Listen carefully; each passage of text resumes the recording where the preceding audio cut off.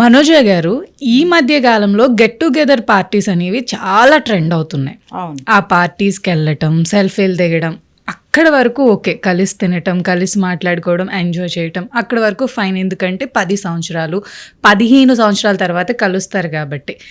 అప్పుడు ఆ డేస్లో 15 సంవత్సరాల కిందట వాళ్ళకు ఒక లవ్ అనేది ఉంటుంది. వీళ్ళ లైఫ్ అనేది, మ్యారీడ్ లైఫ్ అనేది స్టార్ట్ అయిపోయింది. ఆ వెనక్కి వెళ్ళి అవన్నీ తవ్వుకుని ఎక్స్ట్రా మ్యారిటల్ అఫైర్స్ కింద మారుతున్నాయి.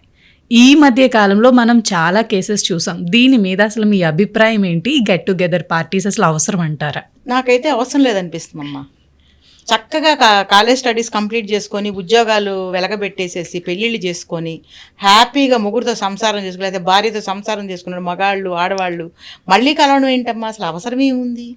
పాత మెమరీస్ జ్ఞాపకం చేసుకోవడంలో తప్పు లేదు. ఎవరో మనకి కాలేజ్ లైఫ్లో అందరినీ మనం మళ్ళీ కలవాలనుకోవడం అవసరమా? ఇప్పుడు నేను కాలేజ్ లైఫ్ డీల్ చేశాను. నాకెవరో ఒక 4-3 ఫ్రెండ్స్ ఉన్నారు, వాళ్ళతో నేను మాట్లాడుకుంటా ఉంటా.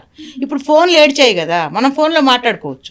వాళ్ళు వెళ్ళి కలవాల్సిన పని కూడా లేదు, చక్కగా స్క్రీన్లో కూడా మాట్లాడుకోవచ్చు. ఈ మళ్ళీ గెట్ టుగెదర్లు అని చెప్పి ఫిజికల్గా ఎదురు బొదురు కూర్చొని మాట్లాడుకునేంత విషయాలు ఏముంటాయి అసలు కుటుంబాలు అయిపోయిన తర్వాత? గెట్ టుగెదర్లు ఒక ఒక ఆస్పెక్ట్లో తప్పు లేదు అని నేను అనను, కానీ అవసరం లేదు అంటున్నాను. ఒకవేళ కర్మగాలి వెళ్ళాలనుకుంటే పోయి అందరు కలిసి ఒక చోట డిన్నర్ లంచో వెలగబెట్టేసి కొంపలకు చేరుకోవడం బెటర్. ఎందుకంటే